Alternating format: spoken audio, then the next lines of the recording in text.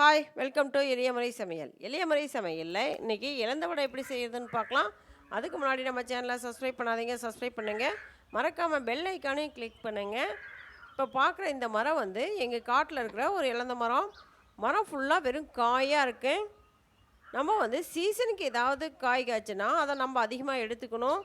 ஏன்னா அந்த டைமில் நமக்கு அந்த காய்கறியோ பழத்துலையோ இருக்கும் சத்து குறைபாடு அதிகமாக இருக்கும்.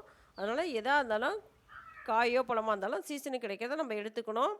பாருங்கள், நான் 2 படி இலந்த பழம் எடுத்திருக்கேன். இந்த பழத்தை மிக்ஸி ஜாரில் 4 தடவையாக போட்டு அரைச்சிக்கலாம்.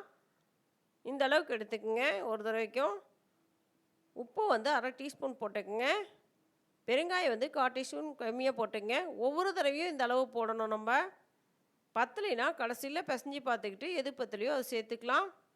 மிளகாத்தூள் வந்து வீட்டில் மிளகாய் காய வச்சு அரைச்ச மிளகாத்தூள், கடையில் வாங்குறத விட இதுதான் நல்லாயிருக்கும்.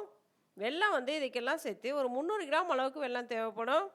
நான் வந்து நாட்டு சர்க்கரை இருந்தது, நாட்டு சர்க்கரை போட்டுக்கிட்டேன். நாட்டு சர்க்கரையை விட இன்னும் வெல்லம் பெஸ்ட்டாக இருக்கும். இந்த மாதிரி மிக்சியில் போட்டு அரைச்சி நம்ம எல்லாத்தையும் 4 தடவையும் போட்டு அரைச்சது எல்லாம் ஒன்றா கலந்துக்கலாம். கலந்துக்கிட்டு நம்ம சாப்பிட்டு பார்த்துக்கிட்டு நமக்கு உப்போ காரமோ கம்மியாக இருந்தால் வெல்லமோ கம்மியாக இருந்தால் சேர்த்துக்கலாம். கலந்துட்டு இந்த மாதிரி வடை மாதிரி மெது வர மாதிரி தட்டி வச்சுக்கோங்க. வச்சு நல்லா வெயிலில் காய வச்சுக்கோங்க. வச்சுக்கிட்டால் நமக்கு இலந்த வடை ரெடி ஆயிடுச்சு.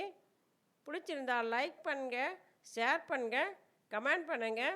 மறக்காமல் பெல் பட்டனையும் கிளிக் பண்ணுங்கள். வீடியோ பார்த்துக்கு தேங்க்யூ.